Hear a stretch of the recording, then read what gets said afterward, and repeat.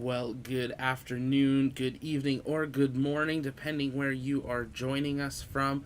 You are watching our live launch coverage of the MS-17 launch from Baikonur, heading up to the International Space Station on a resupply mission. We went live a little bit early as we've got some live views from Russia, bringing us some great coverage and some views of the pad as they make final preparations to launch this Soyuz 2.1A up to the International Space Station. We're going to start our live commentary in just a little bit, but we wanted to bring you these live views. But as always, if you have questions, drop those in the chat with hashtag AskTLP, and we will be answering those live as we count down the next hour and 11 minutes until the launch of MS-17 to the International Space Station. So stay with us, and I will be back shortly. Welcome to the Launchpad.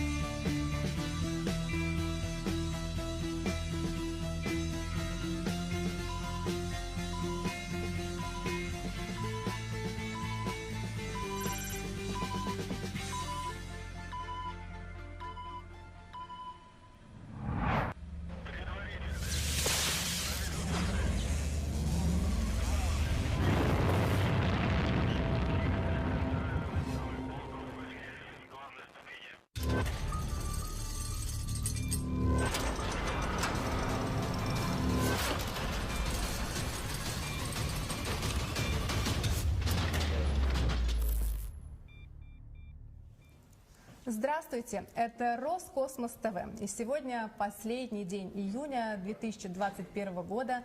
И мы показываем, как происходит подготовка к пуску и запуск транспортного грузового корабля «Прогресс MS-17». Старт в 2 часа 27 минут по московскому времени. И сегодня сведущий нашей трансляции космонавт-испытатель, сотрудник РКК «Энергия» Марк Серов, который уже неоднократно был участником наших трансляций в качестве эксперта. Здравствуйте, Марк Вячеславович. И, конечно же, хочется поблагодарить вас, что в это ночное время вы с нами. Спасибо вам, что я присутствую здесь и что имею возможность комментировать такую, казалось бы, рутинную для нас вещь. Но то, что для других наших коллег является подвигом или рекордом, для нас уже рутина. Ну а сейчас слово Байконуру и нашему корреспонденту на космодроме Сергею Тюрину.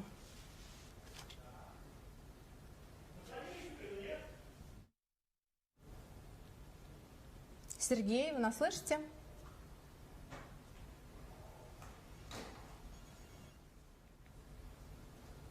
Да. Сергей, здравствуйте еще раз. Здравствуйте, Юлия.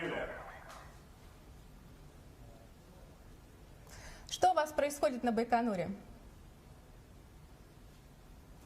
Ну, да, действительно, наша съемочная группа сейчас работает на космодроме Байконур. Пусковой день в самом разгаре, и буквально через несколько минут мы ожидаем пуска ракеты-носителя «Союз-2-1А». Пусковой день начался еще за 3 часа до полуночи. Состоялось построение совместного расчета. Это больше 1000 специалистов Роскосмоса, различных предприятий, организаций и подразделений. И сейчас все они слаженно работают над одной большой задачей, чтобы пуск ракеты-носителя прошел штатно. Сегодня, уже после полуночи, состоялось заседание Государственной комиссии, на котором было принято положительное решение на заправку ракеты-носителя компонентами ракетного топлива. Так что сейчас это именно та конкретная задача, над которой работают стартовики на пусковом устройстве. Буквально вот с минуты на минуту здесь, на наблюдательном пункте космодрома Восточный, мы ожидаем прибытия Дмитрия Олеговича Рогозина, генеральный директор госкорпорации Роскосмос. Именно отсюда будет наблюдать старт ракеты-носителя «Союз-2-1А» с транспортным грузовым кораблем «Прогресс» MS-17 к Международной космической станции. Он должен доставить, я напомню, ценные, важные грузы для космонавтов, также укладки экспериментов. Да, Юля? Спасибо, Сергей. Мы еще неоднократно увидим вас в нашем эфире. Корабль «Прогресс» МС-17 полетит к МКС по традиционной 2-суточной схеме сближения. И 2 июля примерно в 4 часа утра должен причалить к модулю «Поиск».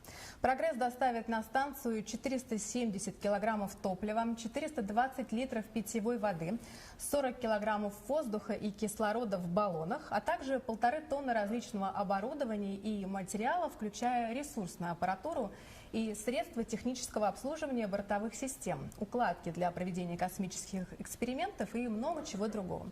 Марк Вячеславович, вот давайте поподробнее про укладки для научных экспериментов. Все-таки это очень важная тема. Да, действительно, но там достаточное количество разных укладок для научного оборудования. Я бы хотел затронуть только одну из них, нейролаб, с которой я работал.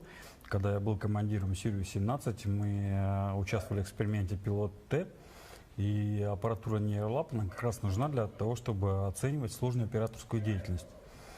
И вот сейчас модно говорить про нейробиологию, нейроинтерфейс. И эта история вот как раз об этом, о том, чтобы изучать человека именно с этой точки зрения, о том, как бы использовать полезные сигналы головного мозга для того, чтобы, ну, во-первых, оценивать действительно сложную операторскую деятельность, во-вторых, использовать их для того, чтобы управлять какими-то сложными техническими объектами. Поэтому это очень интересная и важная работа. Да, действительно, очень интересно.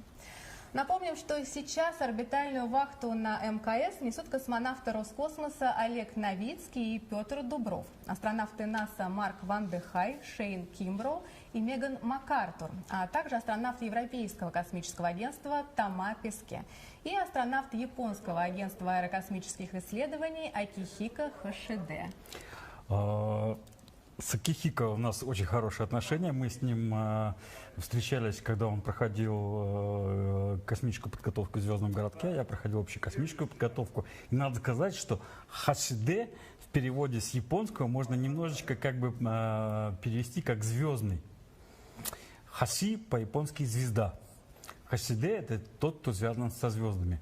Поэтому Акихико, у него очень хорошая профессиональная карьера. Он летал и на российских кораблях, и на американском шаттле. И вот сейчас он полетит на Crew Dragon. То есть, действительно, я ему желаю большого успеха профессионального и личного. Мы все вместе желаем. Грузовые корабли «Прогресс», как и пилотируемые «Союзы», создаются в цехах корпорации «Энергия», входящей в госкорпорацию «Роскосмос». Первый транспортный грузовой корабль был запущен к орбитальной станции «Салют-6» в 1978 году. С тех пор корабль постоянно модернизировался. Сейчас летает уже 6-я модификация корабля МС. Марк Вячеславович, а вот что означает МС и чем отличается от предшественников? Но дело в том, что буквы там можно разные представлять к названию основному, а от этого как бы физика космоса не меняется. Но действительно, несмотря на внешнее сходство с предыдущими поколениями этого корабля, он внутренне сильно отличается. Новый бортовой состав, новые возможности, новые способности корабля, поэтому вот одно из способов как бы отличить одну серию от другой — использовать разные буквы. В данном случае МС. Предыдущий запуск корабля снабжения «Прогресс» по маршруту Земля-МКС состоялся с космодрома Байконур в феврале этого года. Мы вели прямую трансляцию. Напомним, как это было.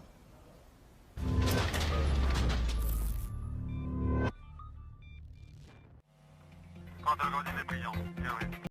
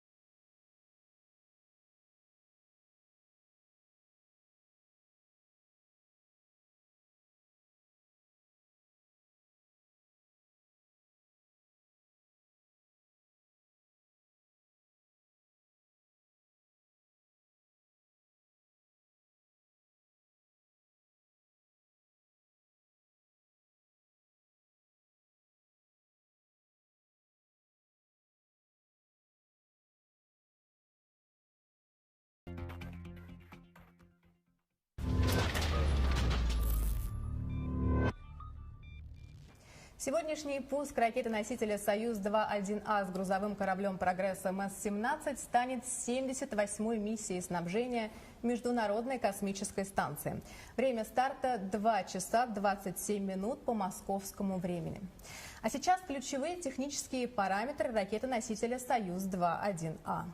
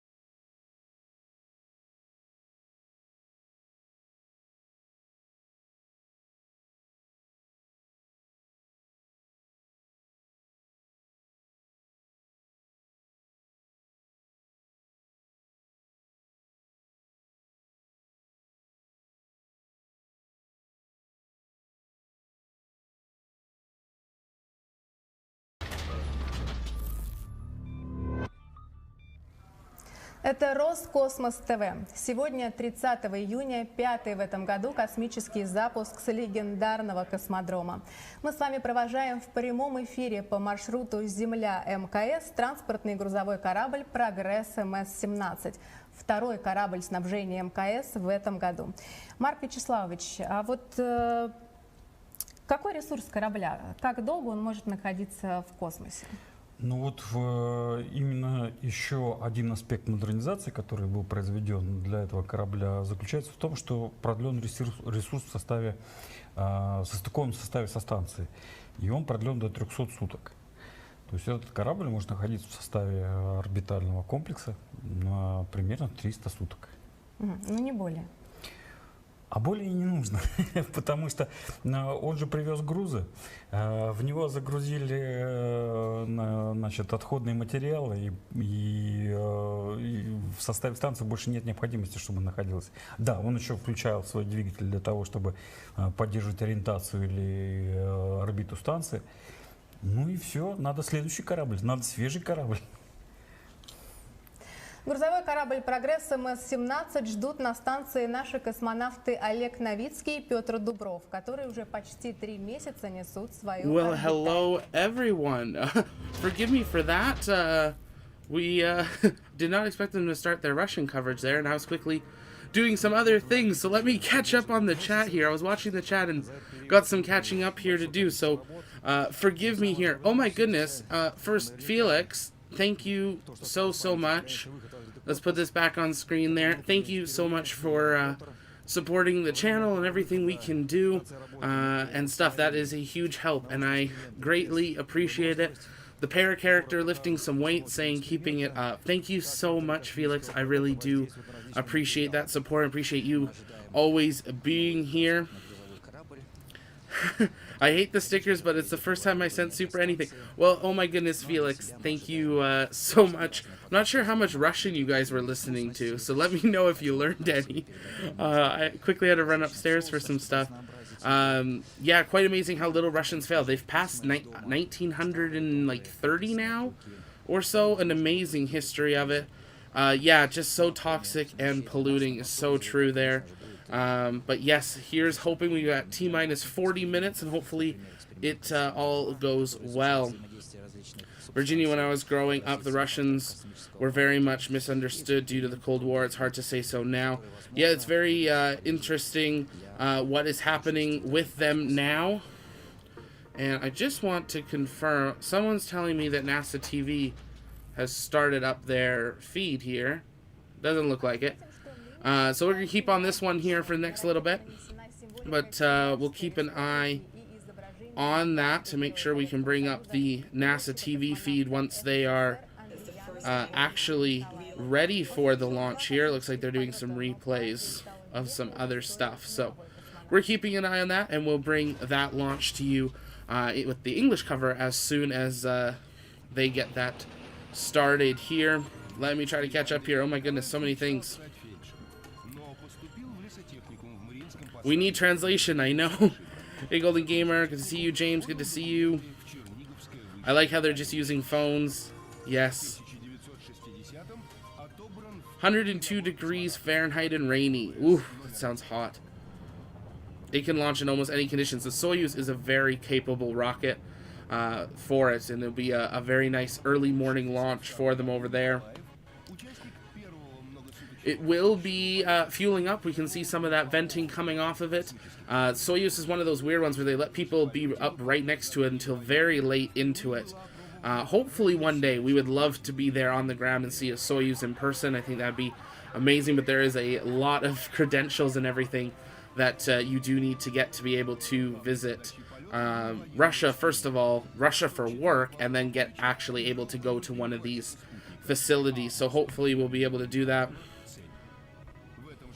Yeah, 3 fails. They've had a few over time. I remember the 2018 one. I was watching that one. But yeah. Yeah, the NASA feeds hit and miss. Russia gives a great feed, but it's always not in English. Very rarely. So always trying to see it. Pressing the red lining. I'm seeing in the mirrors. Don't use. Yeah. I know the most reliable rocket since the 50s. It's venting, so definitely fueling. Absolutely, Perry. thank you all for being here. And hopefully you guys weren't having too much Russian without me here to translate for you guys. Looks like a little bit. But we are excited to bring you this live launch coverage of the launch of MS-17, the Soyuz mission to resupply the International Space Station. It's going to be launching from Launch Complex 31/6 at Baikonur Cosmodrome in Kazakhstan. It's going to rendezvous with the ISS, which is in a 400-kilometer low Earth orbit at a 51.65 degree inclination. Nothing different there for the ISS.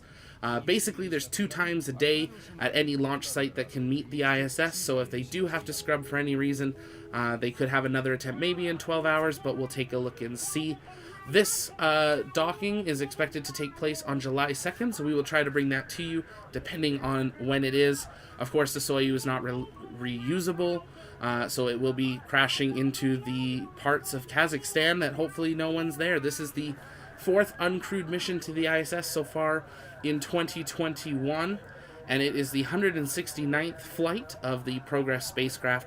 And can you believe it? We're already at 60 orbital launch attempts in 2021. Really amazing how it is picking up and everything there. And excited to see just how many more they can squeeze into this year. There's been a lot of Soyuz and a lot of Falcon 9s. And a number of new ones as well. So excited to hopefully see Rocket Lab's Electron on the pad soon. We have our Launcher 1 tomorrow with Virgin Orbit through Cosmic Perspective, where they drop the satellite launcher and then launch. That's going to be happening tomorrow. We'll be bringing that to you live as it's their first time. They will be doing live launch coverage of that, so we're excited to bring that to you. And yeah, a number more launches coming up in July. Things are really starting to pick up. Nice. More languages, more open minds. It's true. It's so important to bring it into other languages. I kind of wish they just did subtitles. They do the Russian and the English on the screen, but they don't do any English. Just every once in a while would be great on screen, but they always bring us these great views. So we wanted to make sure we bring those. Marcus, good to see you here, and Nico as well. Jamie, love everyone that is here. Hey, how's it going, Jamie? Good to see you. Glad that you are here. If you haven't yet, I will take a quick second here and invite you guys to check us out on all of our social medias. All the links should be in the description below, or you can check us out. A couple big ones. Obviously, make sure you have subscribed on YouTube. That's the biggest thing, helps us out. And ring the bell as well. That way you know when we go live. We only go live for live launches and news updates, so we try not to overwhelm you too much, but there's a lot of news always happening. And get connected on our Discord. The link's in the description, and that's a great community where you can connect with me. If you're part of our Patreon or YouTube memberships, you also get early access to videos, behind the scenes, and different stuff there, so definitely check those out as well. Everything that's going from our YouTube membership, Super Chat, Super Stickers, and Patreon is going towards our September 2021 coverage of Inspiration 4. We are going to be live on the ground at Kennedy for the launch and bringing you probably as close as you can get for that, and then we are going to go head on over and visit Starbase and hopefully see maybe a Starship on the pad, depending on if there's any delays, but give you a full tour of Starbase, things you can do in the region if you're visiting, and a bunch of other stuff. So all that goes right back into that. But we're going to take just a quick look and see, bring that back up the main feed here, keeping that live view of the Soyuz. Looks like they're slowly starting to clear the pad area. I believe it's at about T-minus 15 minutes or so is they have to be fully cleared. So we're keeping an eye on that. But let us know where you are watching from. If this is your first time here, say hello, let us know. Love to welcome you here. Yeah, we're excited to bring you this live launch coverage of MS-17, the Soyuz 2.1A rocket returning a cargo resupply mission to the International Space Station. I see G's here, Orange Guy's here. Good to see you guys. 007, good to see you as well. Don't forget to hit that like button. Love to see where we can get to it. Let's see, can we set a target 100 likes? Do we think that's possible? Let's see if we can do it. I think it should be able to. But we're glad that you guys are here with us as we come down to about T-minus 33 minutes and counting. We're expecting NASA to start their English coverage in about 5 minutes or so, so we'll bring that to you as they'll hopefully be able to give us a weather update on the launch site and everything there. But everything has been progressing well, and we're excited to see another Soyuz launch.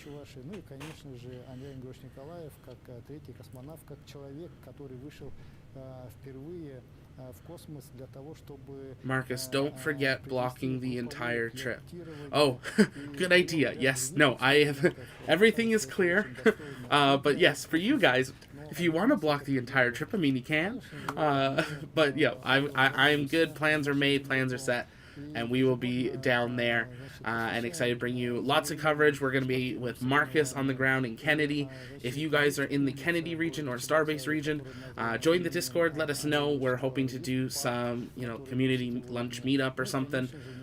Maybe do a beach clean. I think would be really awesome to do at Starbase. And maybe even at Kennedy as well. So lots of plans. We got a couple more months. But as the pandemic is finally wrapping up, we're excited to really jump into the next half of the year.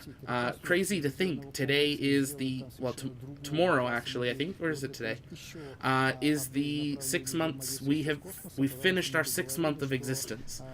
So we're very excited. It's been an amazing 6 months. Thank you guys for the support that you guys have been over those 6 months, and we look forward to what the next 6 months and hopefully years ahead. We've got some big plans for 2022 as well, so we'll of course share more when we can. 007, we don't actually have Instagram. That's one of the only ones we don't have right now. We've got Twitter, so at TLPN_official, Facebook, TLPN.official, and then we got Twitch, YouTube, and Discord. So we haven't done Instagram. We'll probably launch an Instagram once we're doing this September for our on-the-ground stuff. We'll do some Insta stories, and then I will be daily vlogging, giving you guys that experience as well. So something to keep look forward to for that. Preston, how do you test vacuum optimized engines at sea level? It's a good question. Do you just rely on your math and simulation? Well, they'll do, I know JPL has many vacuum chambers. That's where they do the testing for Perseverance. So same idea. You can build a test chamber, suck out all the oxygen and everything, and then try to do testing there. For the big Starship vacuums, I mean, that's a big tank, so I'm assuming they've got some plans. But yeah, a lot of it would be math and digital simulations. How many engines are on the rocket? On the Soyuz one, it is... Let me just verify that number.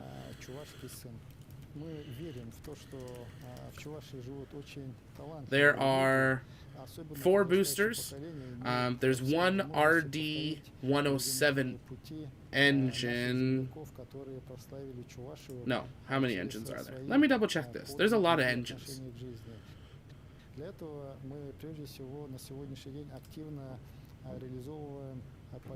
One on each of the boosters, more if you count Veneers.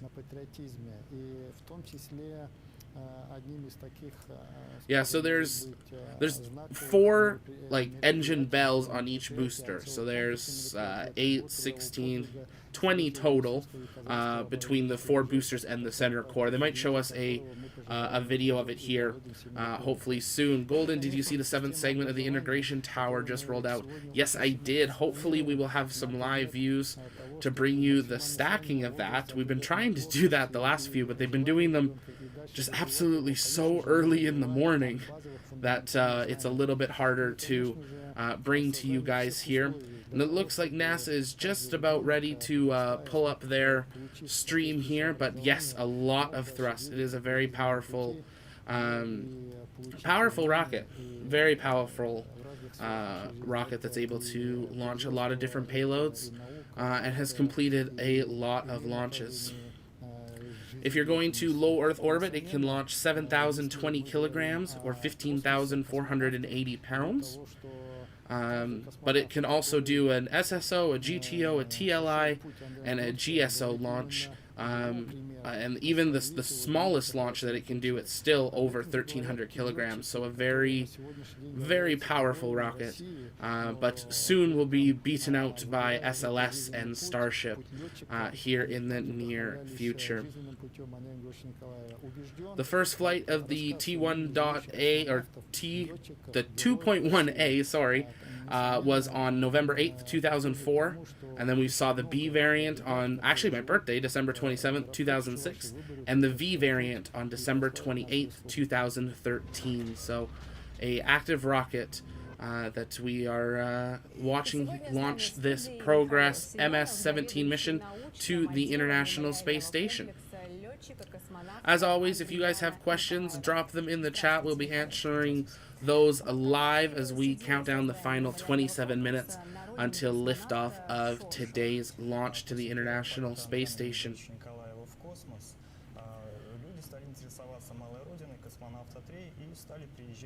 Holy thrusters. That's a good way of putting it. There's a lot of thrusters, but wait till we see that Starship.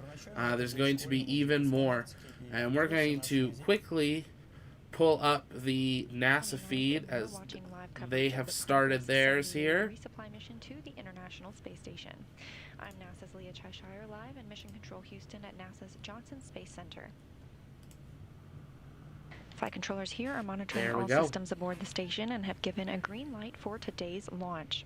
Controlling the Progress vehicle and monitoring its data are engineers at the Russian Mission Control Center in the town of Koryov on the outskirts of Moscow. And this is a live view of Site 31 at the Baikonur Cosmodrome in Kazakhstan, where a Soyuz 2.1A booster rocket stands fully fueled, ready to launch an unpiloted Russian resupply cargo spacecraft on a 2-day, 33-orbit journey to the International Space Station.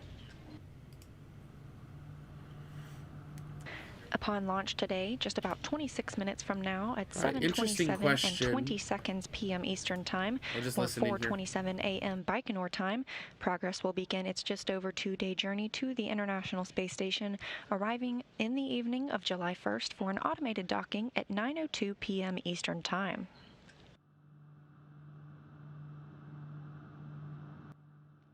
So got a great question here from Preston. How fast are these rockets built? From some quick data that I was pulling, they look about 3 months for them to be able to crank out a Soyuz, depending on the variant. As we just heard, the docking is about 9 p.m. Eastern on July 2nd, so we will try to bring that to you guys live, should they be bringing that, which they normally do for anything International Space Station. But you can let people know that we're about 15 minutes away from the launch of this Soyuz, and we can switch back and forth here to keep up with what's actually happening with the Russian feed as well, as they got the countdown clock and NASA doesn't for some reason. So we'll be switching back and forth and keeping that feed for you guys. But we're coming up at T-minus 25 minutes and counting. Spacecraft arrives at the International Space Station at 9:03 p.m. Eastern Time. Have you ever heard anything about today's aborted launch of the Falcon 9? Yes, we do have some information on that. It was a helicopter that violated the airspace. Let me see if I can pull up that data here. But yes, a helicopter is what ended up coming into that launch facility area and ended up causing the problems in the scrub for today. So we are watching to see if they'll be able to do another launch attempt tomorrow, and keeping an eye on that.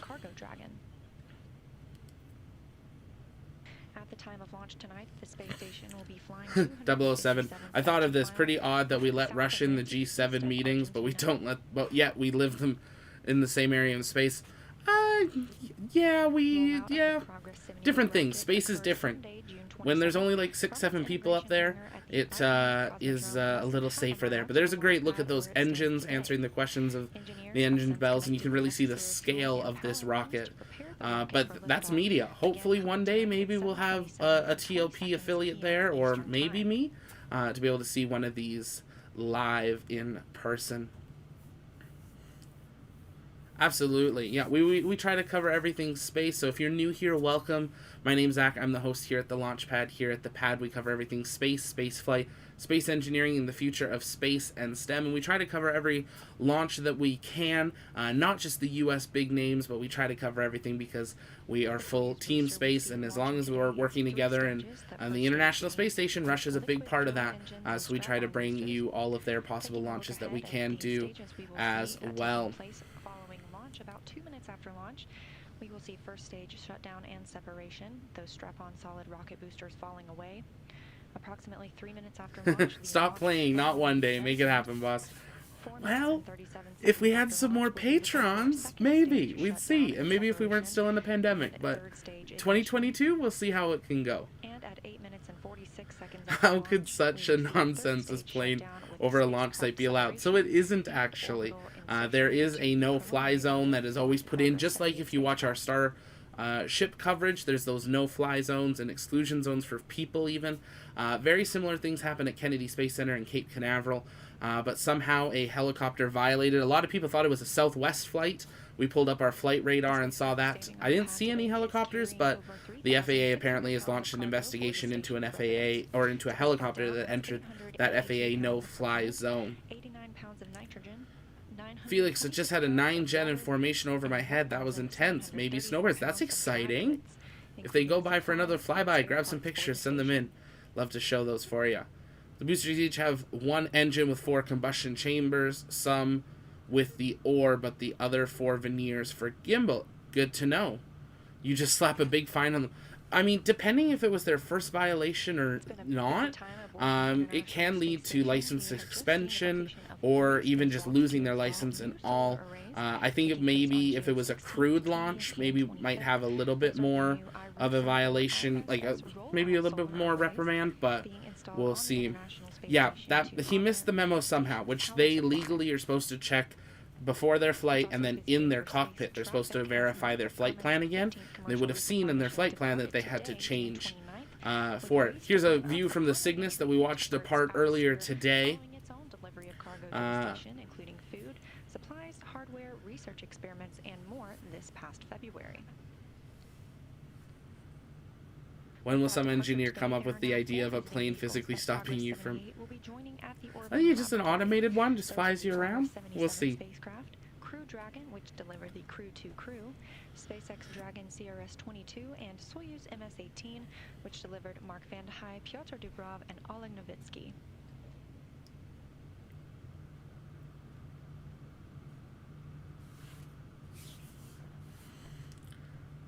If you're just joining us, you're watching our live launch coverage of MS-17 with Soyuz launching on the Soyuz 2.1A rocket from Baikonur, Kazakhstan. This is a resupply mission up to the International Space Station, and it's carrying some interesting payloads with it. It is carrying the, and I'm going to definitely say it wrong, the Prichal node module. Which is part of the payload that's being taken up is this module, and it is going to be prepared for when the new Russian module comes up later. So it is a new docking adapter, it looks like. The Prichal is supposed to dock to the Nauka module for it. So it looks like the modules are going to be launching in July and November, but at the end of this mission, when they separate this Soyuz Progress craft, they're actually going to remove one of the older docking adapter ports as they separate. So rather than Progress separating, they're actually going to separate the docking adapter, and then they will all just burn up as they clear their orbit. And that will prepare for the new adapter and the new Russian modules coming to the International Space Station. I wonder if the space cannon idea will ever come back. Ooh, that'd be interesting. I did a little bit of research, the space cannons. The biggest thing is they take up so much space. no pun intended, you need a lot of land, underground land, to do that cannon for it. You can see that tower separating there as it opens up and is preparing to launch. Will retract at the T-minus 12-second mark, initiating the engine start sequence and resulting in the turbo pumps. We'll jump over to the Russian one here, see if they're showing us. Not just yet, but we're at about 18 minutes there. Looks like NASA might have a slight delay on their feed. Why has there not been a significant international effort to build a new space station? One, we didn't have a shuttle. And if you look at the modules that can be launched, I mean, now with Falcon Heavy and stuff, there's some more options. But the shuttle was a big thing on why the U.S. has such large modules at the space station compared to, if you look at the Russian modules, are quite small and condensed. Shuttle was really key in building the International Space Station and that Canada arm.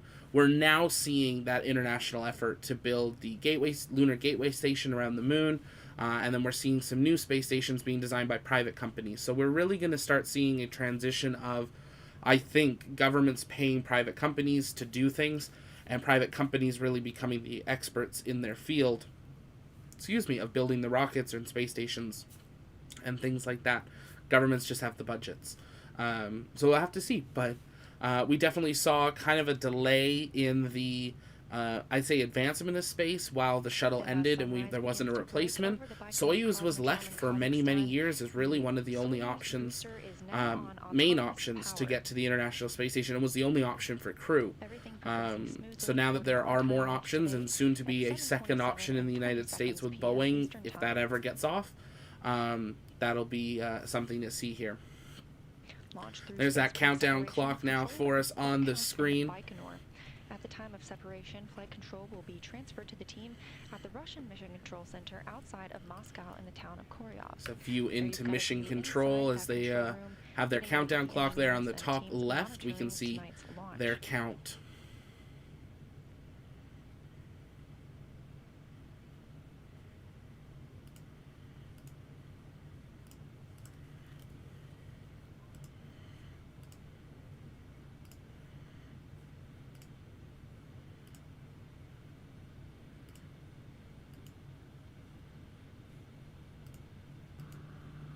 We'll listen into the NASA feed here for a bit, but keep the questions coming. You can send those in, and I'll be answering them live as we see this. We don't normally have a lot to see after they complete their launch, so we will keep an eye on that. International Space Station on July 1st. It will autonomously dock to the International Space Station's Poisk module. This is a little bit different than some of the arrivals that we see with other spacecraft, where they are captured by the Canadarm2 and then berthed by teams on the ground to the International Space Station. However, as we mentioned, this vehicle is completely autonomous, and that docking should be completed without any input from teams on the ground.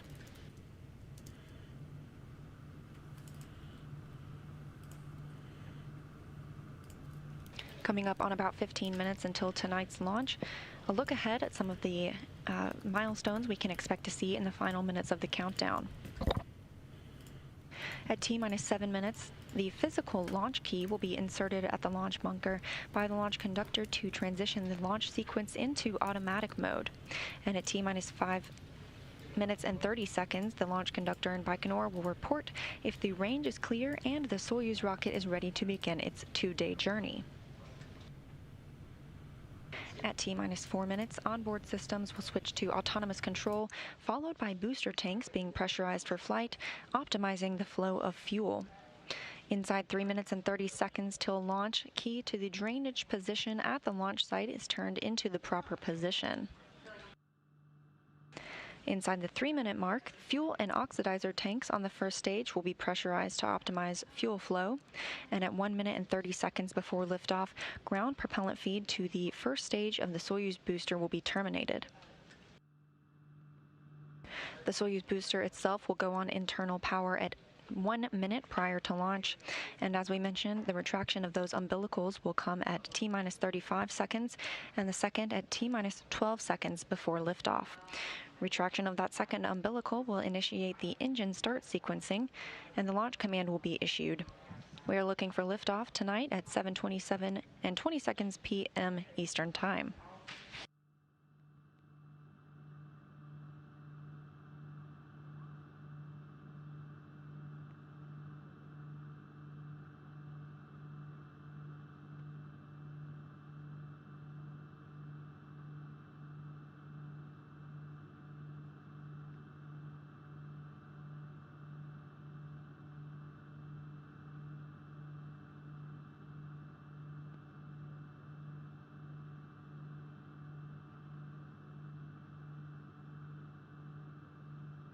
As we mentioned, this rocket is on the launch pad at Site 31.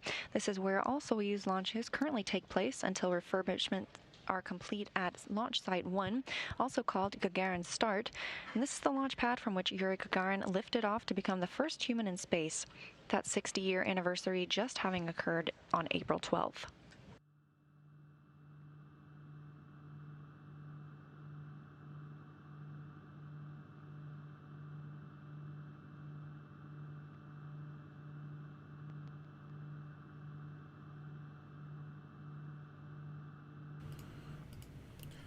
Seeing some things. Was the snowbirds, Felix? That's awesome.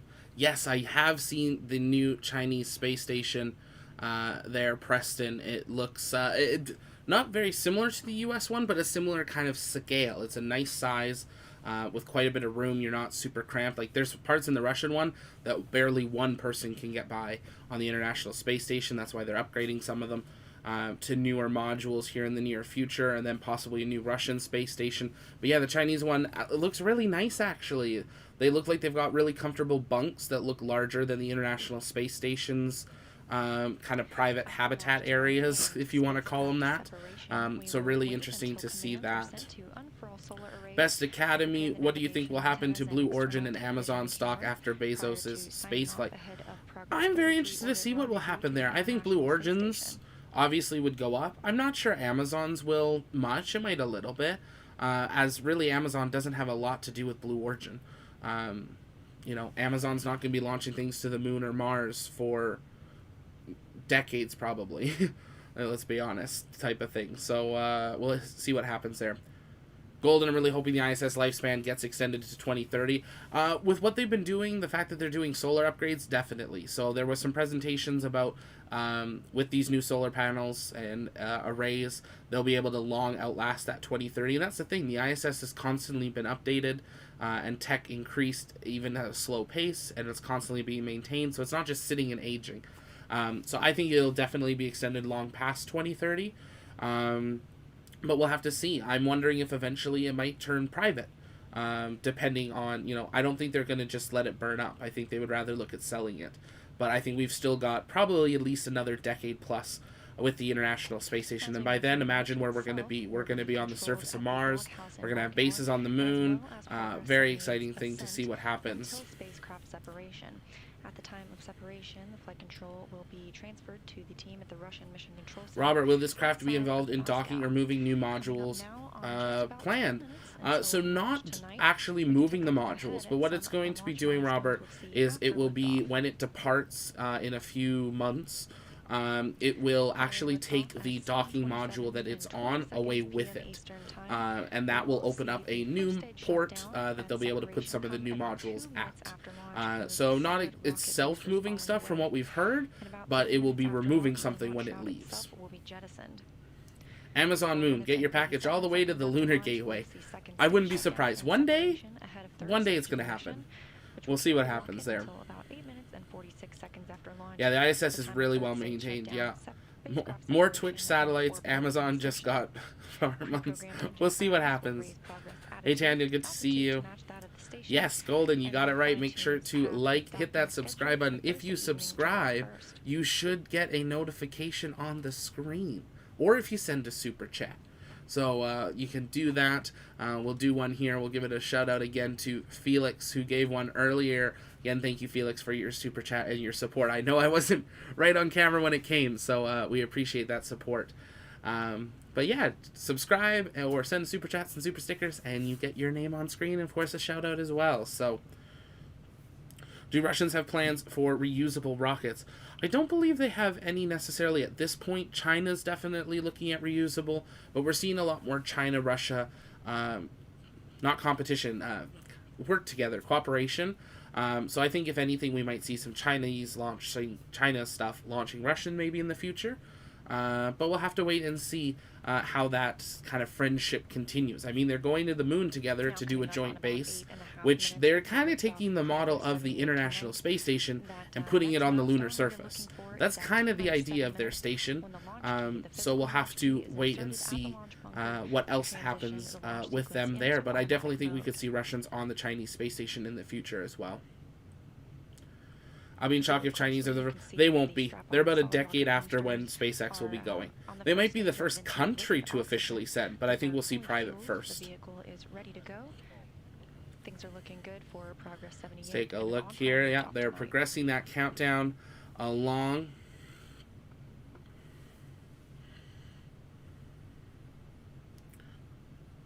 Yeah, Russia does with the Amur rocket, methane version of F9, but smaller. Interesting. I will take a look into that one, Joseph. I mean, I know I had heard there. Everyone, Amur, okay. Well, look at it. I know they had plans for them, but have they actually launched one? Like, everyone said they want to launch a rocket that's reusable, but have they actually developed one? I think that was more what I was referring to. Okay, it's in development. It's going to have 5 RD engines. It'll be Methalox. Flights planned no earlier than 2026 for the Amur. So I'll do a little bit more reading on that one. But good to know. That's why we have this community, is to have those responses. Because you guys knew and I didn't. And that is awesome, because we're always still learning. I'm guessing Artemis will be more of a permanent solution to the lunar Martian landing, since instead of bragging rights, it's actual science. Absolutely, Artemis will have a big part to it. Now, obviously, Russia and China are not currently part of that, and we may or may not see them join. We'll have to wait and see. But Artemis, we have our guide to the Artemis Accords. I keep saying it, coming out shortly. We're just wrapping it up and getting ready to film and release that, so keep an eye out for that, where we are breaking down the entire Accord document, the entire, basically, space treaty, what it means, what countries are going to be required to do, what they're promising to do. So keep an eye out for that. It is the full breakdown of the Artemis Accords. Felix, they plan to be on the moon in 2030, so I don't see them on Mars before us. They have plans for Mars 2036, the same time they have plans for the moon. So we'll see what happens. Amazon Mars Plus, get your package to Mars in just 3 months. Disclaimer, Amazon is not liable for radiation poisoning caused by your packages. That's amazing. That's great, Preston. That's a good one. Yeah, well, but really, that stuff's going to have to happen, you know, before, it's kind of sad, before we die. That we're going to see that happen, which is exciting but sad, too, that, you know, we won't get to live necessarily a whole long time in that era.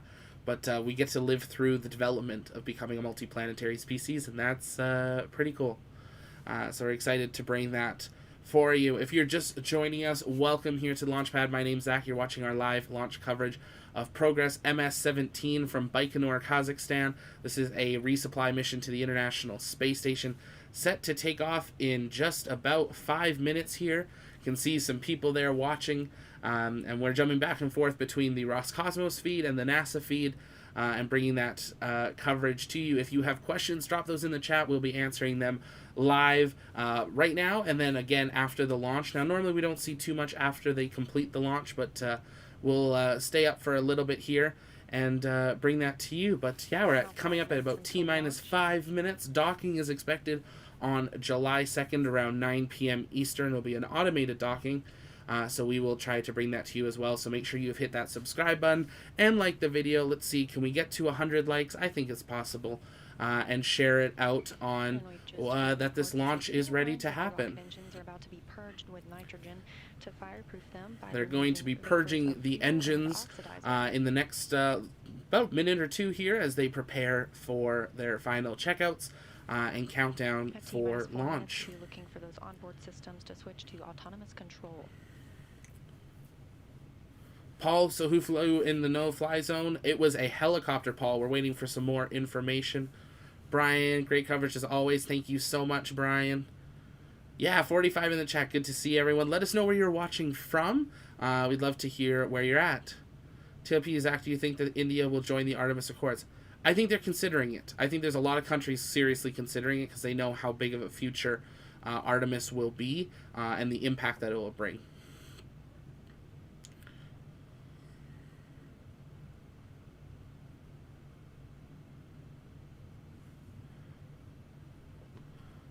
We are now less than T-minus 4 minutes. The rocket should start to prepare to switch over to all its internal systems and prepare for that launch. 3 minutes. We do expect to see the engine ignition sequence at about T-minus 15 seconds. Soyuz is one of those rockets where we see the engines ignite and they kind of warm up before we actually see that liftoff. So we can keep an eye out for that. We'll switch over, I think, to the Russian one to watch it, but we'll keep the NASA audio on. So there might be a slight delay in the time of what you're hearing and seeing, but we will keep an eye on that. We got Toronto, Ontario, Abilene, Texas. I'm in Edmonton, Alberta, so we got some Canadians in the house. Yeah, very interesting to see. Absolutely agree, Robert. When are you heading to Starbase? You should try to convince Elon to let you in the high bar. We are going to Starbase in Texas. We're very excited to be doing that thanks to our supporters of Patreon and YouTube. You are helping us being able to do that. If you'd like to help us bring the best possible coverage, you can join us on Patreon or a YouTube membership or via Super Chats and Super Stickers. That really does help us in that sense and make us able to cover Inspiration 4, Starbase, and more. We got big plans for 2022. Absolutely. Let's see that go, no go in the chat for launch as we're seeing that last 2 minutes.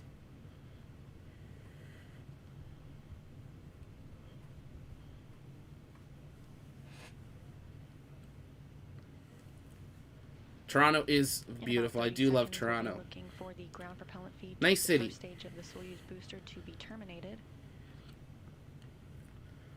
I'll just switch back here. See the Canadian or NASA feed for a second. I love Ottawa. Been into Ottawa many, many times. Always enjoy visiting Ottawa.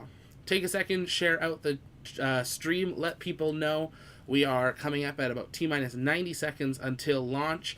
Let's see that go, no go in the chat as always as we await the launch of Progress MS-17 back to the International Space Station. There's T-minus 90. We're going to keep it here on the Russian feed as they'll be switching through all the cameras and have the best telemetry. Coming up on 1 minute until liftoff when the Soyuz booster will go on internal power.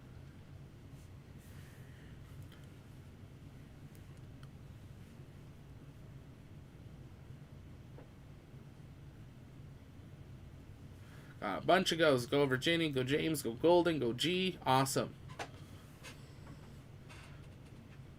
Here we go. Last 60 seconds. T-minus 50 seconds. The next visible milestones we'll see are the retraction of those umbilicals, the first coming at around T-minus 35 seconds, and the second at T-minus 12 seconds. And we've just heard confirmation that the vehicle is on internal James, power. I can't hold it for a commercial break. I'm sorry. I didn't tell it to do one. There we go. There's that armed retraction. T-minus 20 seconds here. Second umbilical should be about T-minus 15. We should see that engine start up. Engine sequence start. And keep an eye on that. There's that second arm retract. There's those engine sequence start. 3, 2, maximum thrust 1. And liftoff of the 78th Progress resupply vehicle en route to deliver over 3,600 pounds of cargo to the International Space Station. There it goes. Beautiful liftoff. Some great views there of the pad tonight. Oh, look at that drone shot. Yeah, someone's been watching SpaceX. Being reported as nominal or going well so far. First and second stage engines. Look at those shots tonight. As planned, the International Space Station at time of launch flying 257 statute miles over the South Atlantic east of Argentina.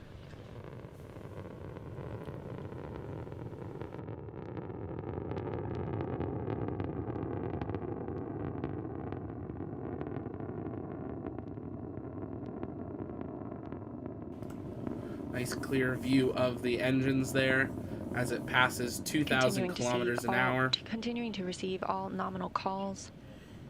First stage continues to burn and will continue to do so until about 2 minutes after launch.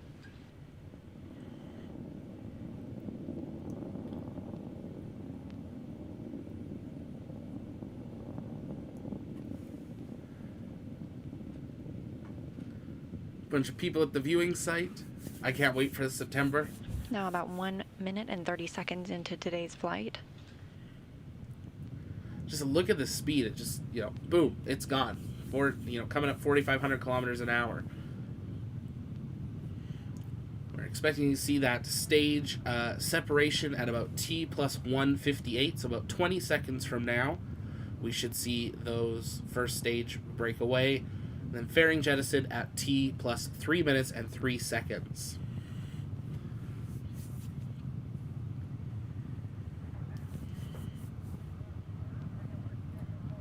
There go the boosters. Nominal, and as you can see on the screen, a great shot of first stage separation. Those strap-on solid rocket boosters falling away, and Progress 78 continues its journey. Looks like we might not have onboard cameras for this launch, as they have not shown us really anything on board this time. All data for the spacecraft still looking nominal or normal. Now about 2 minutes and 40 seconds into flight, we will be looking for the launch shroud to be jettisoned shortly after 3 minutes into today's flight.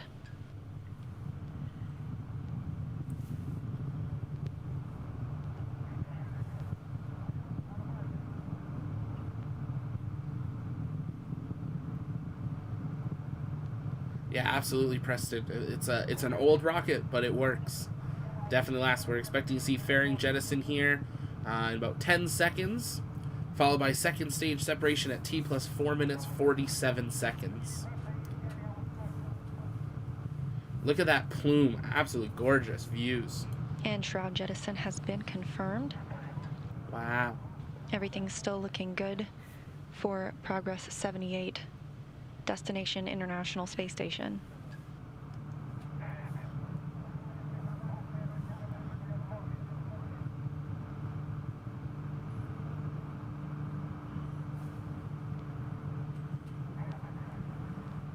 The second stage continues to perform as planned. All data is looking good for Progress 78 and the Soyuz 2.1A booster. Coming up in about 30 seconds, we will see second stage shutdown and separation ahead of third stage ignition.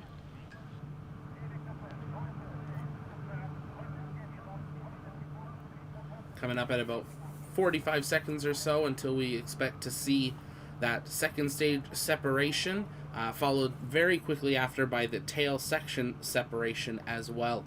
Getting some of those onboard views now. So they had them, they just didn't show us the cross. But that's okay. The second stage continues to perform well, and the yaw, pitch, and roll of the vehicle That's a cool view. Are as planned. I don't know why they're showing it to us, but it's cool. I feel like that's supposed to be filmed for a commercial, but not shown during the live stream. This is an but animation hey, being we'll generated take it. from the Russian Mission Control Center in Koryov. Coming up about 10 seconds until second stage separation and tail section separation here.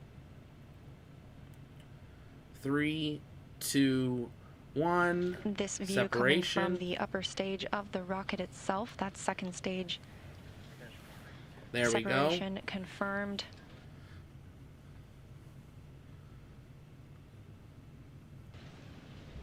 There's the tail With second piece as stage well. shutdown and separation, the third stage skirt was jettisoned prior to third stage ignition, which will continue until 8 minutes and 46 seconds after launch.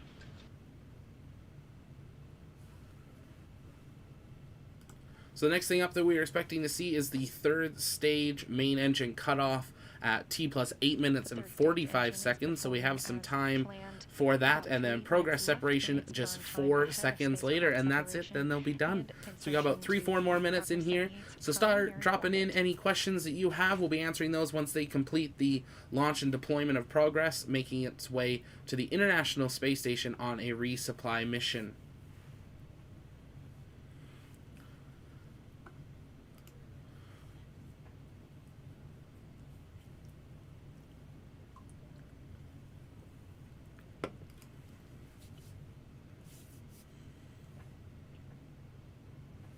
About 2.5 minutes until engine cutoff and separation there. So keep those questions coming in. Yes, Robert, does seem like some very unique views of the launch, which is very interesting since it's not a crewed launch. Normally a crewed launch, you think that's when, you know, a lot of people are watching, they want to give you those views, but seems like a little bit more today for that. But that is okay, we'll take it. We'll take any good views they want to give us. Spacecraft separation itself being controlled at the blockhouse in Baikonur, and that will be taken over by the Russian Mission Control Center outside of Moscow upon spacecraft separation. So we're listening into the NASA live feed from their coverage, but we're watching Roscosmos.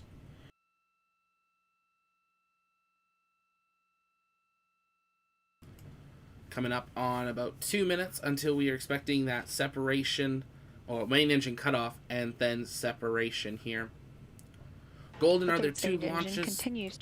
Are there two launches tomorrow? Yes, there are. We have a launch very early in the morning, which we've already got scheduled, which is the first ever live streamed launch of Virgin Orbit. They're going to be launching Cosmic Girl, which is their big plane, with their Launcher 1 rocket on board for their Tubular Bells Part 1 mission. So it's the first live stream mission for them. It's their first mission for the Department of Defense as well. So we will be live streaming that. That is scheduled, so you can go check out that link following this one.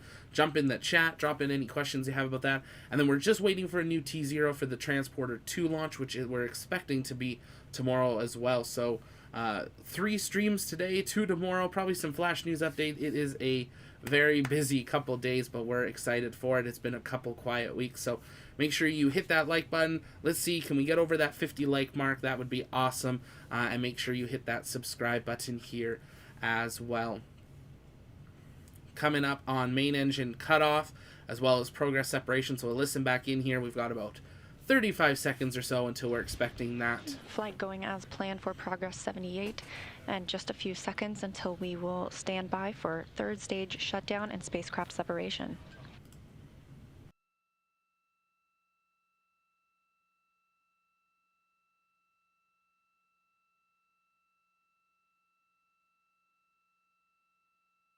We have confirmation of third stage shutdown. And as you can see on your screen, Progress separation, Progress 78 now flying free.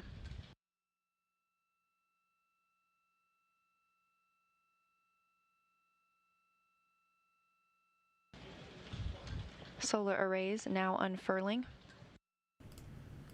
So we couldn't see it just yet when she said it, but now we can see it there. We saw that separation moment occur. Looks like maybe one of their cameras is frozen there, but they have had their separation in there. We can see, looks like they're having some signal drop in and drop out, but we'll just quickly check the NASA one. See, there's a NASA view of the Progress as well. And it's looks like everyone's having some camera things today. Ooh, that's an exciting camera moment. Yeah, go back to the map. Good idea. But Progress is on its way to the International Space Station, but they have had solar array deployment, and Progress is now on its way to the International Space Station. Let's see, looks like Russia's just doing some talking from the ground. So this is a view of testing they're doing on board Progress that they will be able to use. Here's the data that they'll see and use to be able to do their rendezvous to the International Space Station. We'll leave this up. I saw a few questions. Yep, we got those launches tomorrow. Good job, Russia. I'm impressed. First time I saw you launch. That's awesome, Virginia. Thanks for hanging out. I'm glad you enjoyed it. Soyuz is a really cool rocket. It's like a Falcon 9. We know what to expect. We just don't have cool landings as part of it. But yeah, it's a really powerful, really impressive rocket. Over 1,930 launches it's done. It take a long time for it to get surpassed, but I think one day we might see Starship do that. Maybe rockets and electric cars can bring us together. Maybe. It'll be interesting. This view of the team. I'm not sure what you're talking about, Felix. I'm not sure what that was about, but okay. This team now has when do they plan to reach the International Space Station, Robert? They are planning to have rendezvous and docking on July 2nd at 9 p.m. Eastern or so. 6 p.m. Pacific time. That's a cool view. That almost looks like the moon from this angle. But yes, July 2nd, we will schedule a live stream and try to bring that to you guys as well when that launch is occurring. This will come into play Thursday. The commentator did foreshadow satellite launches with Starship today. Yes, they've been talking about Starship quite a bit at SpaceX, and really everyone's kind of talking about it. It's an exciting thing. It is going to change a lot. The fact that you can do 100 tons to lunar or Martian with refueling in orbit is going to change a lot and equip a lot of options. There's that docking update from them. We will probably be live just a little bit before that, answer your questions and do a recap of the launch and everything. So we will keep an eye on that as well. But everything looks like it was successful for today's launch. Plot twist, Elon Musk's Tesla that launched on the Falcon Heavy is actually a Mars rover. Nope. Well, it would have been funny, but no, it's if you play Kerbal, apparently it's crash landed somewhere.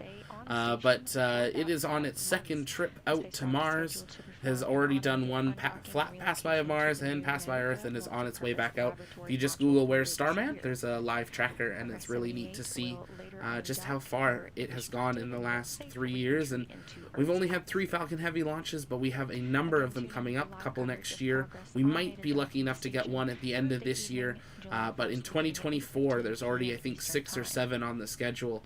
So it'll be very exciting to see what happens there. We're going to switch back over to this camera as they are concluding their coverage of the launch.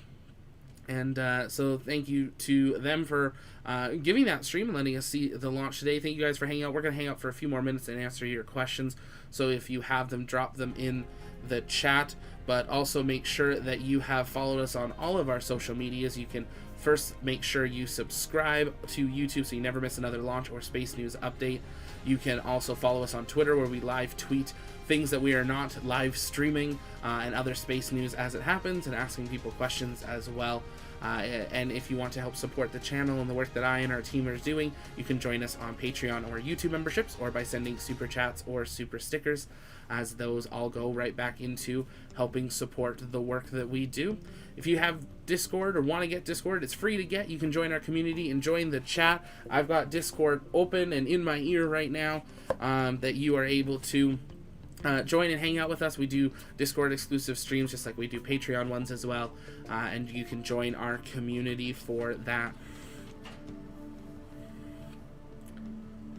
Any idea why this flight won't try a fast track to the ISS? They didn't say anything on that. They don't always try those. Really depends on the purpose of it.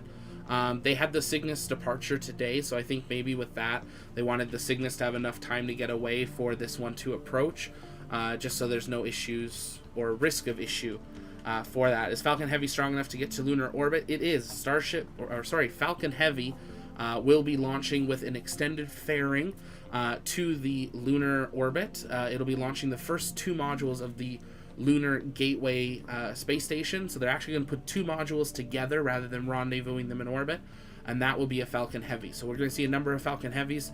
Also, we're going to see Dragon XL, which is the XL version of the Cargo Dragon. That will be what supplies the Lunar Gateway with cargo. So we'll be seeing lots more Falcon Heavy missions in the future until we see Starship replace Falcon Heavy. But even then, Falcon 9 and Falcon Heavy, a lot of people think they'll go away and Starship will replace them. There will still be launches that Falcon 9 and Falcon Heavy, I think, have a really good purpose for. And it also depends on the company, but it'll get to the point where Starship's cheaper. So we'll see people launching Starships for it. Yes, they do have those boosters crash down range. Hopefully nobody is in the region, but they do sometimes get scoured for parts there. But I think with that, we are going to conclude today's coverage, at least of this mission. We're, of course, going to be in the Discord chatting it up through the evening as usual. Tomorrow we've got our launch of the Virgin Orbit with their Launcher 1 rocket that gets carried up into 40,000 feet, I think it is, then dropped from their Cosmic Girl plane. And then hopefully we'll have Transporter 2 as well. Also, it's Wednesday, which normally means it's the Landing Pad, our weekly night hangout where we play Kerbal, hang out and answer any of your questions, fly your Kerbal crafts, and more. So make sure you've joined Discord. Send in your Kerbal crafts. We'll download them and give them a try. We're going to be testing out the new Kerbal for kind of the second time on stream, playing with some of those fireworks and things like that as well. So make sure you join us for that on Wednesday night, and make sure you followed us on Twitter so you never miss a new launch announcement or other streams or space news as well. But for now, this is Zach with the Launchpad signing off. Have a great day, night, whatever it is where you are. We'll see you next time.